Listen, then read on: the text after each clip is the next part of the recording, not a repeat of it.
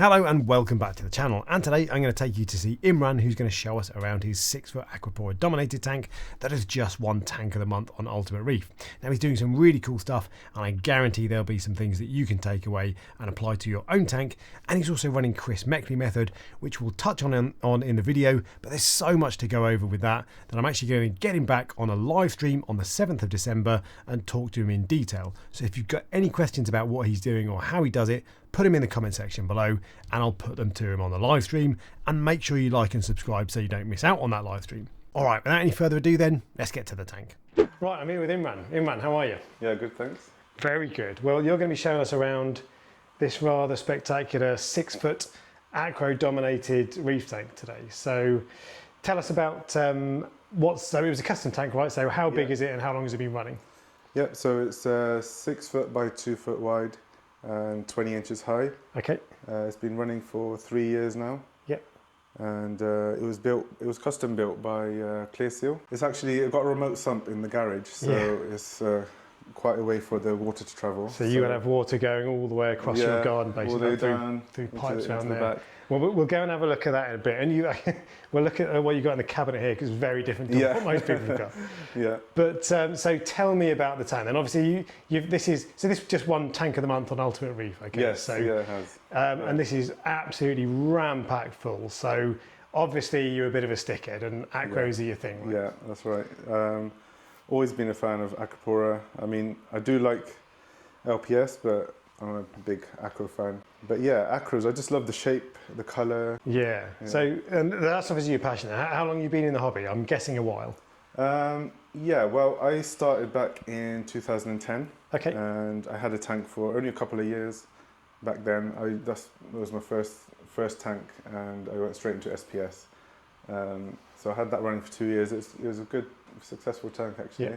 Then I moved house and shut it down, and I thought I would be back in the hobby a lot sooner, but it was 10 years had gone past before I got this tank. We built this extension, and I thought that's the ideal place to put a tank, so okay. Back in the hobby. Yeah, indeed. So 15 years in the hobby, and this is kind of the culmination of that. And this just the thing that stood out for me with this tank when I saw it on Ultimate Reef were two things really. One, the colours. You've got so much variation of colour. It looks fantastic. But just how packed out and grown out it is. There's basically no water in here. It's just all Acros. Yeah. Well, I just try to put an Acro wherever there's a space. Yeah. So you've had to get a bit creative with placement, haven't you? So you've got acrylic rods with Acros on them. That's right. Okay. I've got a few of these corals you might not see them, but they're suspended with rods. Like this one here is just like in the middle there with the rod on it. The acrylic rod just at the back there. So you just wedge that into the rock. I just wedge that into the rock, put the coral firmly onto the end of the rod. I use a little coral plug on the end. And then you've also got an Acro on your power head. And the power head, yeah. And you've decided that this Monty Satosa is going to be the base for a load of Acros. That's my frag rack now. So. Yeah, exactly. So yeah. So you've your typical scenario where you've got far too many corals, but you just can't resist buying more, right? So there's a lot of coral warfare, which I used to just frag the corals off, but now I just let them grow into each other. So I hadn't. There's obviously going to be coral warfare with this many corals. I hadn't actually really noticed any of those. So I guess this one's growing into that there. So, but you get worried at the beginning. You think one of them's going to strip or take over the other. They just kind of just build a wall between them. Yeah. Okay. And then they just keep on going. Well, to be fair, everything's pretty well spaced out. I'm sure there are bits that are touching, but they're generally actually pretty well spaced. So. Yeah. And you've got this weird phenomenon where, on the right-hand side, you get less growth, or you get more growth on the left-hand side than on the right. See, my return pump is facing to the left. Yeah. I feel that it's feeding a lot of the corals on that side. Yeah. I get a lot of growth in this section. So there's a huge colony at the back. This is a little 1-inch frag when I bought it. All these are from frags, and we've gone. Do you tend to buy 1-inch frags then, just to sort of? It's a bit of a mix. It depends if I get some pieces from like signature frags, I go there, so they'll end up as colonies, but they start off as frags. Yeah. But I do a bit of a mix. I buy some colonies as well. Like this one here, for example. Yeah. They'll start off similar. I don't really buy anything bigger than that. and you're doing some freaky stuff. We'll have a look at your sump area, your sump room in a bit, but you're doing I think kind of a hybrid Chris Meckley method. Yeah, so it's essentially kalkwasser, but you're dosing it according to your pH on an apex. Yeah. So the apex reads your pH constantly. It drops at night, and that's when it kicks in the dosing. So anything that my pH is between 8.4 and 8.6, so it runs quite high. So as soon as the lights go off at night, the pH drops towards 8.4, and then it starts dosing the calc. Yeah. And it keeps dosing it, keeps it at 8.4 until the lights come on in the morning, and then the lights take the pH back up. Okay. It doesn't dose Corals start photosynthesizing. Yeah. So your dosing is done on your pH. Most people will do it on an alkalinity, which is what I do. Yeah. But you just do it on your pH. Just don't look at the alk, just look at the pH. Yeah, okay. So dose according to pH. And at the beginning, my alk went up to 13. Really? But I didn't even... Did it cause any problems? No problem at all. Was that slightly terrifying though? Yeah, to be honest, I was a bit worried, but I've seen like a lot of people have done it, and Chris Meckley himself said, alk's going up to 13 is not causing a problem. Yeah, okay. So I thought I'd just see how it goes. I didn't have too many corals at the time, so I thought it's worth just seeing what happens. And everything was stable. The pH just was above everything. So if the pH is stable, a lot of the other alk swings used to terrify me back in my old tank, I think. I have to keep it rock solid, but this alk was just jumping all over the place, and it was fine. And is it stable, more stable now? Is it a bit more flat? Yeah, so as the tanks developed, the alk was dropping, and when it got to about 7, I got more and more corals. As it was dropping, the calc wasn't enough to keep the alk up, so I had to start dosing sodium bicarb and do like a 2-part method. Right, so calc isn't enough, so you've got to add more stuff. Yeah, so just like DIY bulk 2-part, is it? Yeah, that's right. So I'm dosing calcium and alk, so bicarb, so just to keep it up basically. Yeah. I didn't keep my eye on the calcium for a long time, and it dropped to 220. Yeah, so I was a bit of a shock, and I was just going on holiday at the time. I know. And I noticed the day before I went, and I had a tank keeper. He came over, and I was just instructing him over the phone what to do. He was just dosing calcium for me every day. When I got back, it was about 300. Right. But I slowly got back up to 420, and then since then I've been dosing calcium and alk as well as the kalkwasser. Did that cause any problems? It did. Yeah. Yeah, a few corals weren't very happy, but when was that though? That was May this year actually. So 5-6 months ago. 5 months ago. I mean, you wouldn't know. No. Looking at the tank, to be fair. It didn't cause like catastrophic, problems, but the corals weren't happy. I could tell. Like this fox flame, the tips were all going a bit funny. That was my first sign actually to see that something wasn't right. Okay, that's a lovely coral. So because you get a lot of corals from signature frags. Yeah.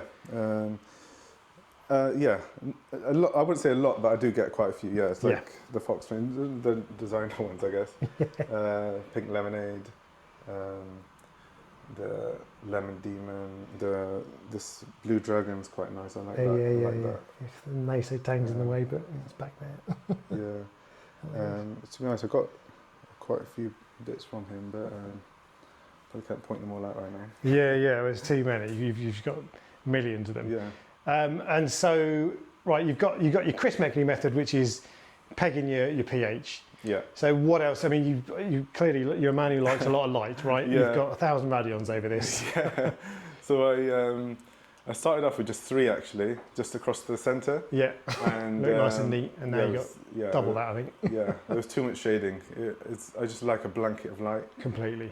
So what are these Gen 5s? 6. Gen 6 blue, yeah. Yeah, Gen 6 blue, okay. Actually, on the subject of the blue, so this is how the tank, we haven't changed the lights for the video. No. This is just how it looks for 4 hours during the day. That's right, yeah. And to me, it's not a white light by any means, but this is like a nice balance. So it's not heavy blue, it's nice and white so you can see the fish well and all that sort of stuff. So yeah, that's right. I've got the whites on about 40%. Okay.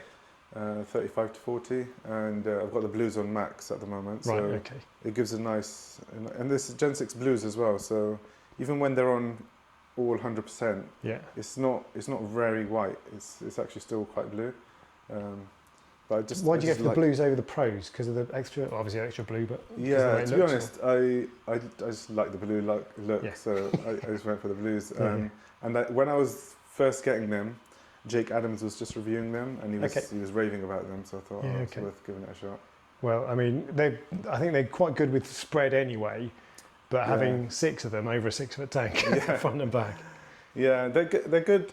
They are good for spread, but you get that point source and the spread goes like that. So it will light the tank here and here. Yeah. If you've got a coral, say here, it won't get any light on this side. It would just be on this side. So because you've actually got them angled in, haven't you? That must be deliberate. Yeah, slightly angled in for that reason. So you're viewing the tank from the front. So really, the light should be hitting the corals from that angle completely. as well. And that's where you get the is that why because you've got an Orphec bar along the top as well? That's the reason that's right. Just, angled in from the front. And that's a 5-foot blue plus. Yes. Blue plus. 150. Yeah. Okay. Do you know what kind of par you're getting? You've done par tests? Not recently. When I first put the 6 on, I was getting about 550 up here. Okay. And then it was going down to about 350, and then 250-ish down here.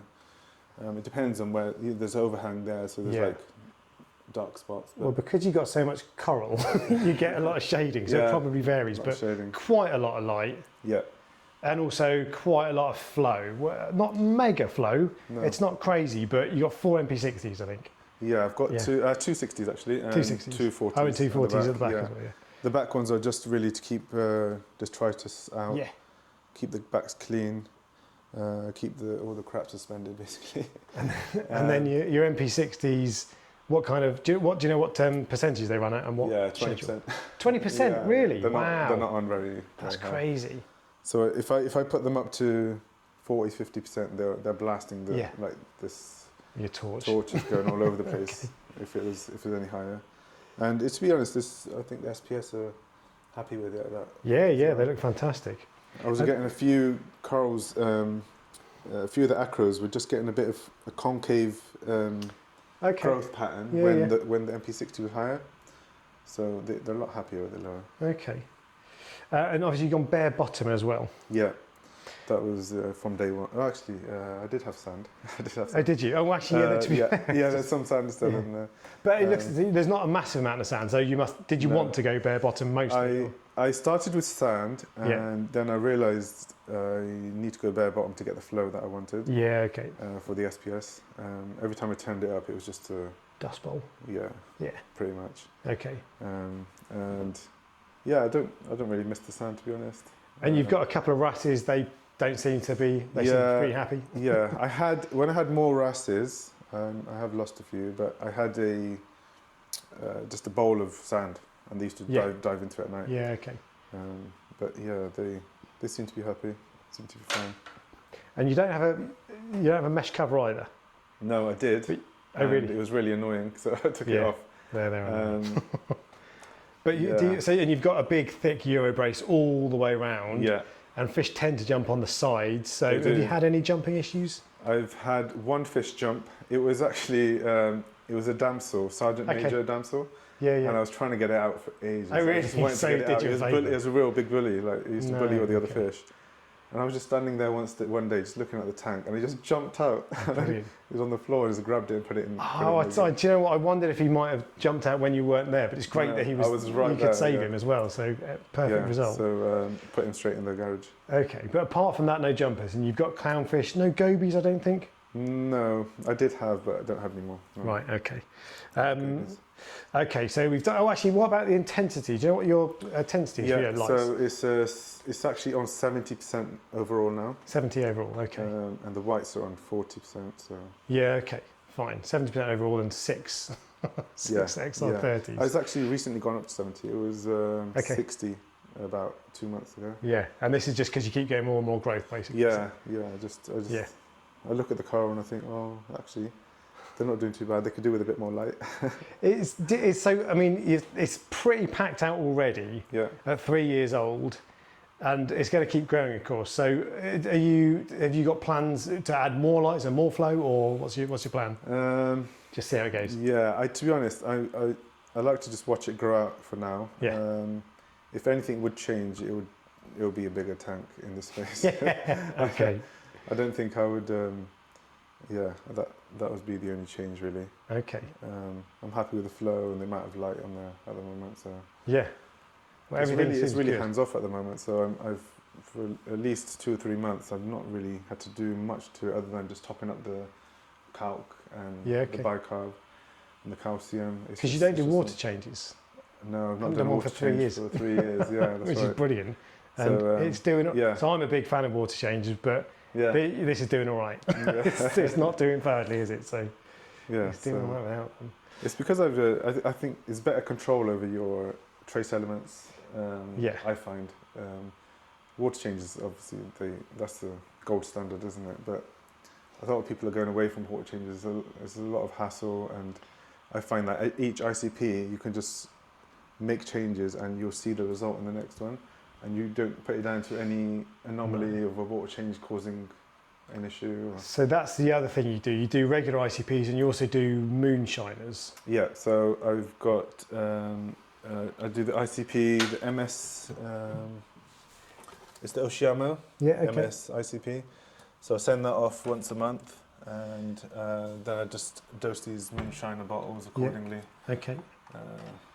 Iron, for example. I've got strontium, iron, manganese, fluoride. There's a lot of dailies that the moonshiners use, which I've not had to dose for a long time. Okay. To begin with, I was doing cobalt and chromium, selenium, but I haven't had to dose them for a good 6 months now. How often do you do ICP tests? Every 6 weeks, I would say. Okay, pretty regularly. Yeah. I've had a recent MP40 fail on me. A wet side. Yeah, so... If I remember, I'll show a quick clip of that. Yeah. It's a 10-year-old wet side, to be fair, so it was probably due a change, but the magnet split basically doesn't, which happens. Run it into the ground. So it's from 2010, so it's like 15-year-old. 15 years old, wow. So and that, when did that happen? Last week. Last week, okay. So you spotted that last week. Yeah. But actually, so you think, to me, your cars look amazing still, but... There was a few issues. So I had this Fox flame just started to strip on the right, just STN on the right there. And this table here, it's just the base, you can see it's got a patch on there. Oh yeah, That's only just started. So what have you done? Have you done a water change? Well, you haven't done a water change. No, I or whatever. I just put some carbon in the sump. Okay. Yeah. So I've got some that CAC. You've got some funny carbon. So, it's not granular activated carbon. It was something else. Yeah, we'll check the box. And that's not supposed to strip out the trace elements as much. Okay. But I thought if there's any metals, etc., it might just help with that. So is it expensive? More than the regular. I think it's like 25 quid for a litre of it. Yeah. Okay. Yeah. We'll move on to fish in a sec. But have you got any favourite corals? I mean.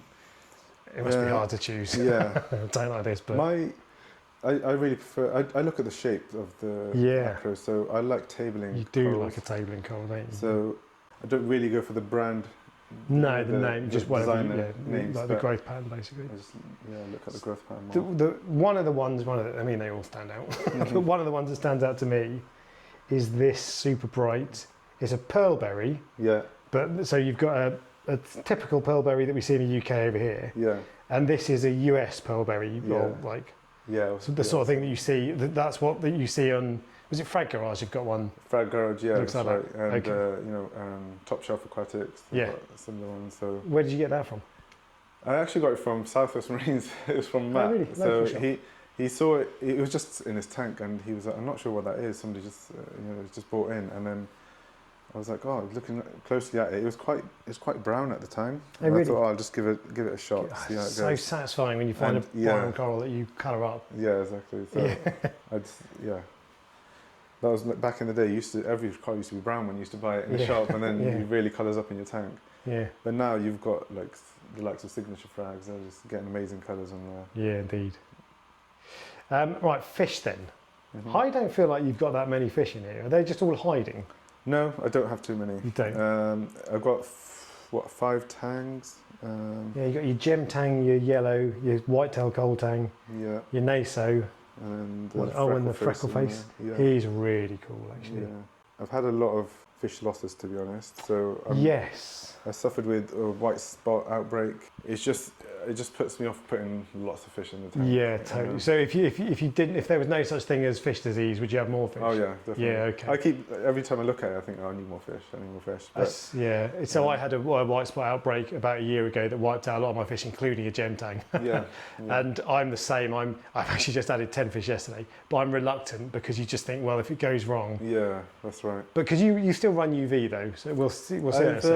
I've got UV set up, but it's not running. No, okay. So I don't run UV and I don't run, what was the other?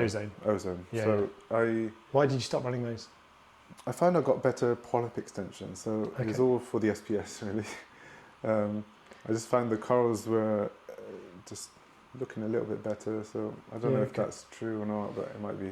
But if you added more fish, would you put the UV back on? Yeah, so I'd have to have the UV on. Yeah, okay. That's why I'm reluctant to whack loads of fish in there. Yeah, indeed. I mean, to be fair, the tank looks amazing. You've got zero algae, or none that I can see anyway.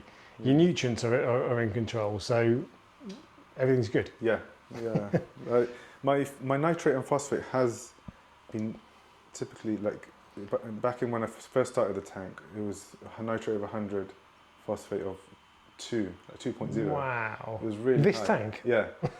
And corals were looking amazing. So I just kept with it. I thought, well, the corals look good, so I'm just going to keep on going. Because your phosphate is still quite high now. Yeah, last ICP was 0.39. Yeah. Yeah. Okay. So that's pretty high. And is that roughly where it tends to be, more or less? It's a bit lower now. I've started using lanthanum to reduce it. I just keep getting told it needs to be lower, so I thought, let's try it. But I don't really know. I don't really know that it's gonna. So I've never had algae, even with those high nitrates and phosphates. Yeah. I didn't have any algae issues. No. I'm using the Eco Reef. Yeah, TMC Eco Reef rock. Yeah, I've not really had any algae issues, any leaching issues. My ICPs have come back fine, so everything's fine. So why change it? Yeah, I've had my problems, but it's not been rock related or it's more nutrients. Power cuts. Yeah, so you had a bad power cut a while ago. Yeah, we were getting our kitchen done actually, and I was out of the house. I was at my parents for a few weeks. And the builders managed to trip the electrics and had a power cut for about 13 hours. I came back and I lost about 10 fish. Yeah. I had a really nice copper band, which I've tried so many times, and this one's eating, it's having mysis. Yeah, okay. And that perished as well. I lost about 80% of my SPS. Wow. So it was to be honest, I was going to shut down at the time. Yeah. I thought, that's it. I've spent so much money on this thing, and it's just gone like that. It's so demoralising. My family kind of kept me going. Yeah. My kids and my wife said, "Oh, you've got to keep going." Because you had no battery backup at the time, but since then, you've gone all in. Yeah, so I've got the mother of all battery backups. To be honest, a week before my power cut, I was looking to get this. Yep. And I just didn't get around to buying it. Okay. And then I had the power cut. I know. And then I've gone and purchased this. So this is an extension to the battery. Extra battery, and it's a 4,000 kilowatt. 4 kilowatt hours. 4,000 watt hours. Yeah. Watt hours. That's right. Yeah. And it will keep my pumps, my lights, and everything going for, good 10, 12 hour power cut. Yeah, indeed. Because you've got pumps, lights. Pumps, lights, return pump, so it goes across to the shed as well. Yeah. But I don't have heaters on there. No. To be honest, we don't really experience power cuts, so maybe 10, 20 minutes, maybe an hour. Oh yeah, worst case. So we had one last week in my house. Well, I got a message from the network provider saying the power's down. Yeah. And before I'd read the message, it was back up again. Okay, yeah, so that's the second power cut I've had in 10 years. We had some incident out the front of the house about 2 years ago. Yeah. And this is before I had this as well. Okay. And they said, we're going to have to cut the power out. We're working on the road. Right. Emergency works, and it's going to be off for 3 hours. Okay.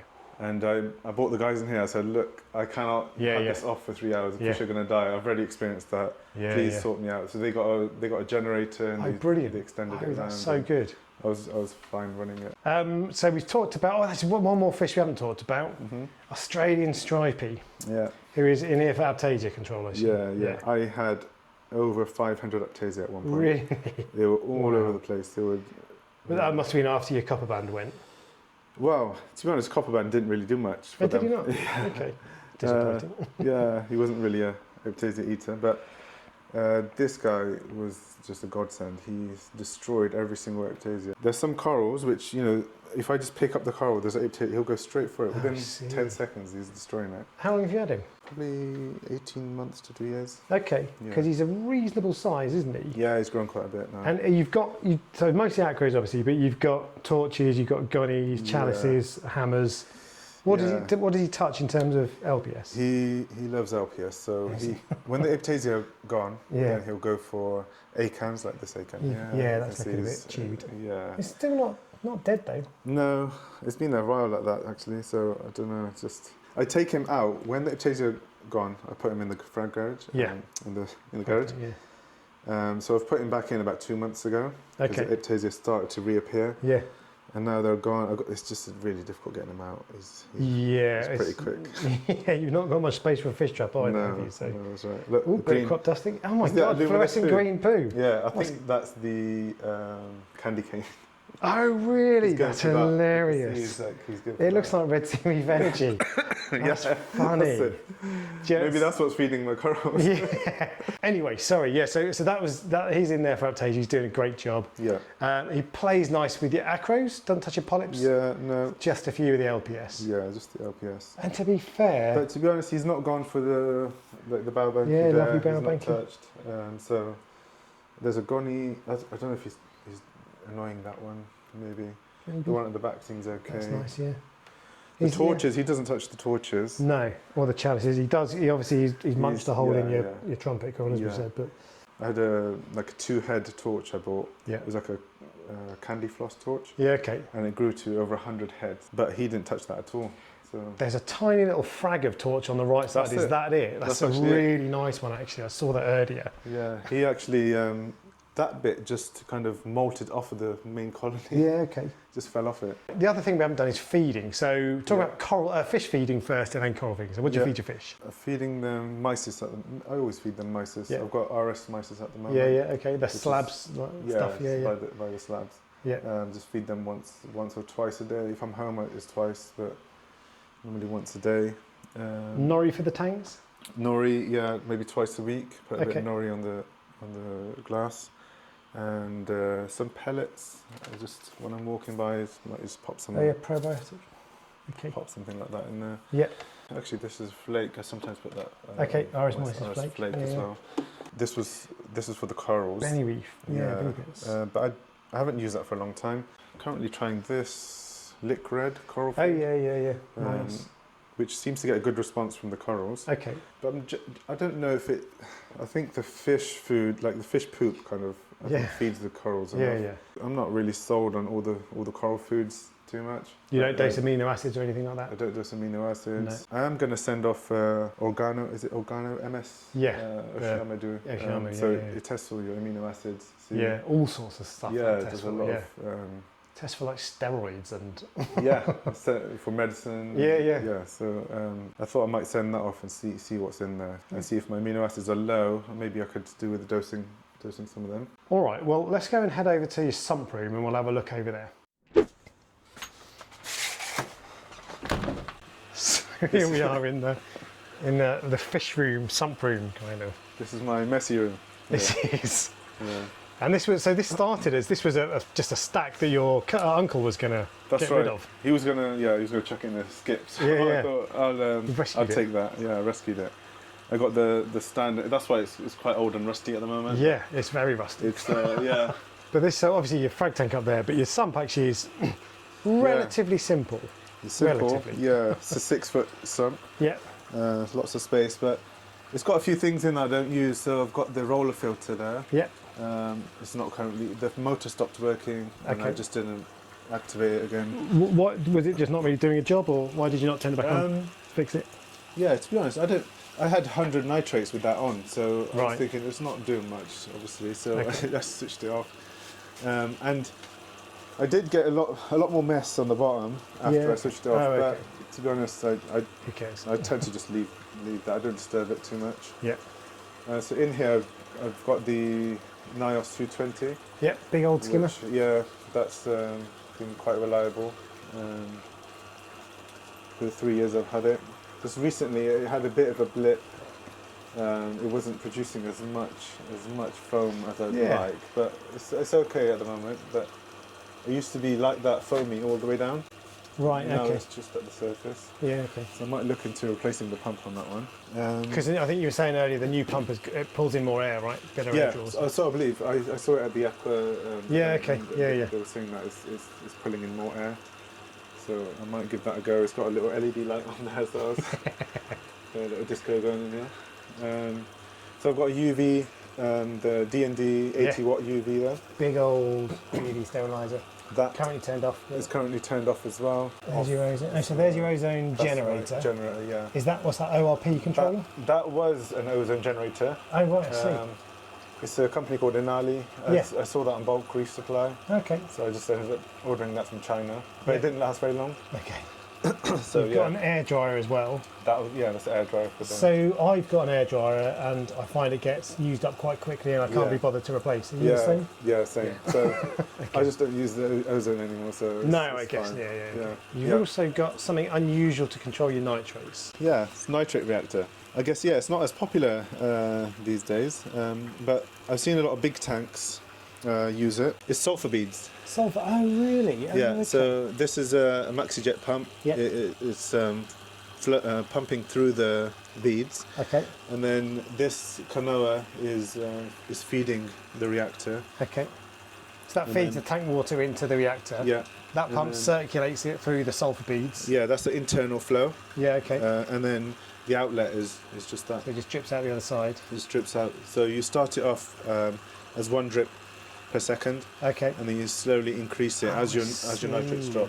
Yeah. So And you you've- test the effluent, and when the nitrates are Right. 0, you up the flow a little bit. And you found that really effective. Yeah. So I had 100 nitrates for over a year on Yeah. this tank, and I was trying obviously the roller Yeah, mats, roller mat. the skimmer. Big skimmer. I had all these no Yeah, parks, yeah. carbon dosing. Yeah. Nothing was working, so I even had Ciparax. I thought, what's Yeah, the problem? Ciparax, And yeah. then I put this on. My nitrates went from 100 to 0 Yeah. in a Suddenly. month, and I thought, the effluent was 0, so Right. the tank was slowly coming down. I see. 80, Okay. 60, 50, 40. So Yeah, over like a couple of months, Right. I was down at 5 nitrate. Brilliant. And it was just that, and just a bit of a set and forget as well. Yeah. I love things that are just set and forget. So Yeah, completely. um, And actually also, so because that strips out your nitrates so well, yeah, you now dose nitrates, so you can rip out Yeah. everything and then control the amount that goes in. that's right. So Yeah. I've got another little doser there, Yeah. dosing ammonium bicarb. So this is ammonium. So it eventually becomes nitrate. Okay. But ammonium apparently the corals get a better feeding response from it.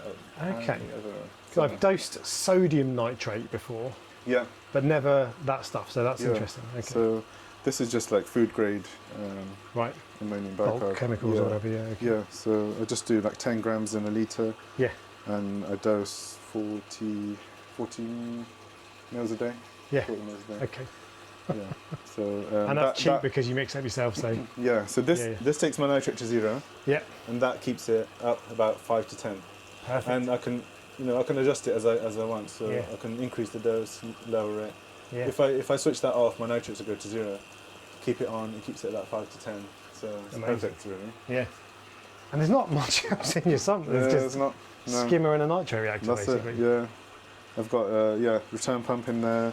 We've got another pump just feeding the frag tank. I can't believe that's your only return pump. It's a 6,000 litre per hour. Yeah, Return it's pump. this.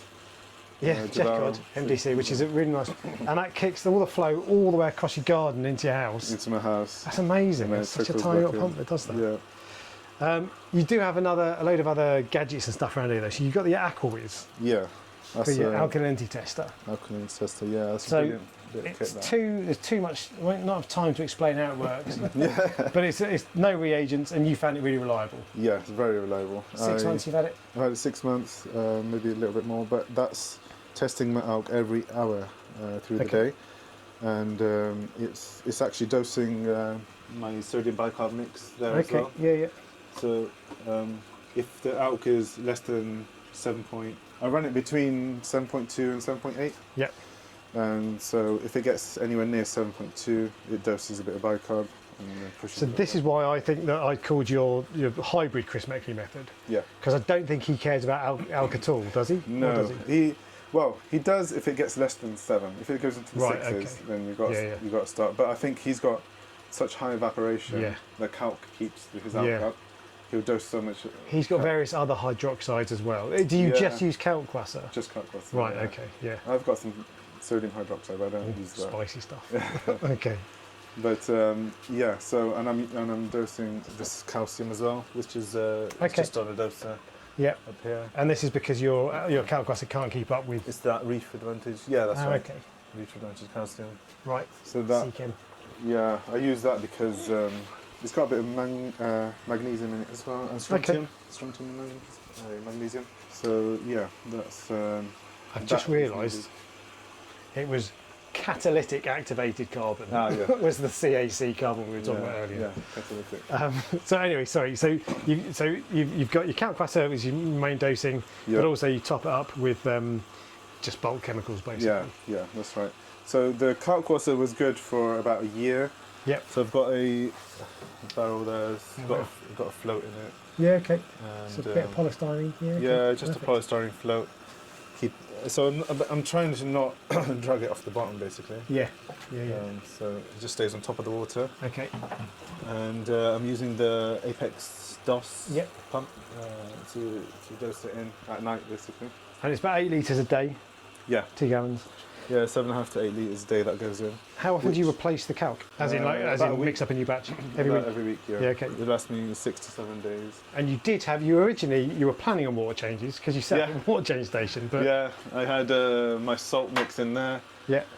All linked to this 1E home pump. Yeah, okay. So it was just, if I wanted to do a water change, I would divert it. So I could mix my salt by turning that on and turning the pump on, and it would mix it. Okay.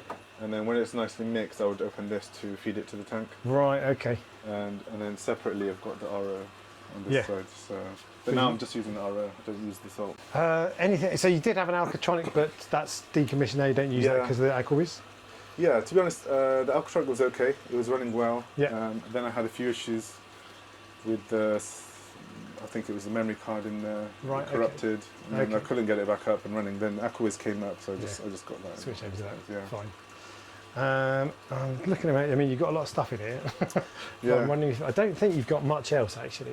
You've got a load of bottles of. Oh, look, you got right at the beginning, I bought a Destaco casting reactor. I've never run it.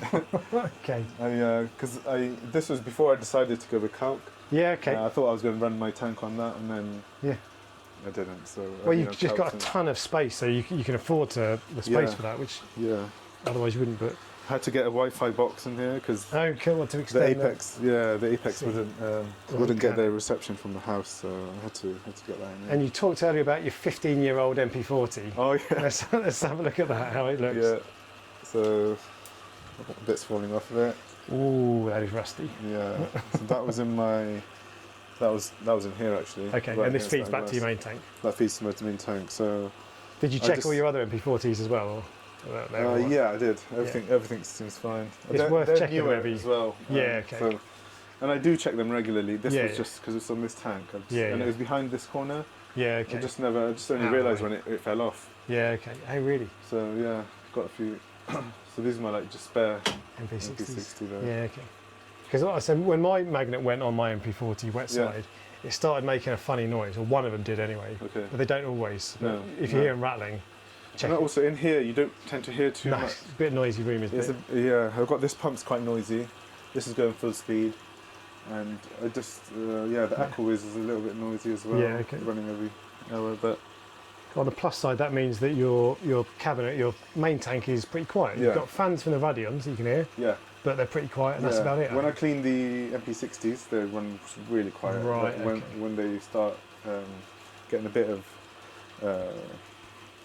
build up on them, then they start being a bit noisy. Yeah. Okay. So I hadn't noticed the whirring you get from them, but so they feel quiet, but yeah, they change throughout the day. So when they're on a pulse mode, you can hear it more. Then Okay. The other thing you've got is your frag tank, of course, with a T5s, ATI sump power. Yeah. Quite a lot of coral in here, to be fair, on one side of the tank. I've there's a lot of coral. I need to. I think I'm going to take them to the local fish shop just to trade them in. Yeah. Some store credit. Yeah, indeed. Yeah. I just need space. It's just fragging the corals in there. When they get close, just clip off a bit and chuck it in here. Yeah. I am going to eventually get more. I'll probably get some, maybe 3 more Radions on here. Yeah, okay. Might get rid of the T5 and just have LEDs. No, why get rid of T5s? I don't know why. I think like LEDs. Basically. Yeah, I do like the pop on the LEDs. Yeah, totally. T5s are really good for growing corals. Yeah. But they just don't quite get that pop that you get with LEDs. Very flat. It's quite flat. Image. Yeah, exactly. Okay. So yeah, I guess that's why you don't get any shimmer at all. No, T5. which is I love shimmer. Yeah. The other thing you've got is these are your pipes from your house. Yeah. So that's running underground. Yeah. Okay. 1.5 inch pipe. We weren't sure. We over-engineered it a bit. Yeah. To make sure there wasn't any resistance on the flow back. Right. Okay. So it's gravity fed back and it comes up. Oh, I So see. the height of this is just below the bottom of that tank. So right, okay. It's gravity fed back Yep. in. So we had to work that out. This floor is a bit lower than the house. And if everything goes off, that doesn't all siphon out into here, presumably. No. No. Yeah. So yeah, it works quite well. Then I've got the return going above there. I'm using the titanium heaters. I think it's about 1200 watts of heating. That's quite a lot. It's about 1,000 litres of water. Yes. Yeah. 1,000 litres. Okay. In the winter, because that pipe goes underground, Yep. it creates a lot of cooling for that water. So the heaters are on a lot more in the winter. So it's a bit of hurts my wallet a bit. Yeah, a lot of electricity going into there, but I think I need to really get them dug up, insulated, maybe a bit deeper underground. Yeah, to help with that. Yeah. That's a big job, though, isn't it? That's it's not a 10-minute job, is it? It's a big job. This is like my fragging station. I love having the space. It's good. You've got running water. Yeah. Just make a mess in here. Yeah. I even like you kept some of your acros that have died. Yeah. They're really cool. Some of these grew from like a speck, like literally like a small frag like that, and then they grew out, and then it's a nice reminder as well, like how quickly things can go wrong. Yeah. I guess. Yeah. I think that's everything over here. Yep. All right, well, we'll head back to the main tank and we'll wrap up. Okay. Is there anything you'd do differently if you had your time again, if you were to start again? Have a battery backup from day one. Yeah. I did try a stint of quarantining my fish. Yeah, okay. I'm a bit impatient for that type of thing. So. Yeah. How did you find success rate? Did you lose any fish to quarantine, or were they all okay? No, I didn't lose any fish to quarantine. Did you medicate copper? Yeah, copper. Okay. Copper powered, I think it's called. Yeah. But it was a lot of constantly testing the water, making sure the copper level stays up, and I wasn't too much into all that. So no, well, you've got quite a busy life as well. You're away from the tank for a few days at a time. And, that's right. 2 or 3 days I don't see the tank, so which I think does help actually, keeping my hands out of the tank and not tinkering with it. It's nice to come and see it after 3 days. See a little bit of growth here and there. I've actually got I've got a mandarin. I don't think he's... Oh, have you? I've not seen him at all, actually. There's a few fish that are just cryptic and they just don't really come out. I like that. I like when you have fish that come out of the wood. There's a possum wrasse, like a wet morella yellow band. And cool. Sometimes you can just see it coming out, Right, is there anything else you want to go through, or have we covered everything? I think that's everything covered, really. Well, in which case I'm going to put you on the spot and I'm going to ask you, because obviously a man with success with a tank like this, you've got to have some hot tips. So what would you say? What's your advice you'd give to people? Wow. Well, my experience with this tank is that pH is king. Yeah, okay. pH is the number one. When I had my first tank, I didn't even think about pH. I never tested it even once. And I was always told you don't want to worry about pH, it'll just look after itself. But I found stability is 10 times better with the pH. Just between this hasn't seen pH lower than 8.3. So between 8.3 and 8.5, I think if you're keeping your pH there, that's your happy place. 24/7. Yeah. I think I don't wake up thinking, oh, is that coral going to STN or is it? Yeah. Okay. I don't have that anxiety anymore. Yeah, so, totally. Definitely pH. Plenty of flow and spread of light, I think, is important for SPS. It's not just about the light you've got, it's about how it's spread across the tank. I would rather have a light on the front and the back shining in rather than one in the middle shining out. Well, most people, myself included, just have them in the middle flat, but you've got them angled in either side for that reason. I think it's a lot better for the SPS to have the light coming from both sides to the coral, because if you get it from both sides, you're going to cover the middle of it. But if you have it in the middle, you're not going to necessarily cover the sides. And that's when you start, I think, getting that shading and STM developing. So it's just like the flow. You need to get the flow all around the coral. So if I put a coral down in a crevice, it's not gonna get that flow around it. So it's got to be out on a branch to really get that flow going around the coral. That really helps it, which is why I'm using these rods to get the corals out there. I really like that. So this is on a rod, this green table, light green table. It's on an acrylic rod. And then you've got the other one here as well, just their new frag, just on an acrylic rod, just floating in there. And you don't even. We'd been chatting before the camera went on for about half an hour. And I hadn't even seen them. You don't. They blend into the background. This Sunset Millies on the rod. Oh, certainly is. It's funny. I hadn't even noticed that. Most of the tang's in the way now. But okay. So it just helps to get flow all around it. So it's getting rid of the waste as well as getting food to it. All right. Well, Imran, it's been an absolute pleasure. Thank you for showing me around. And it's a real credit to you. So cheers. Appreciate it. Thank you.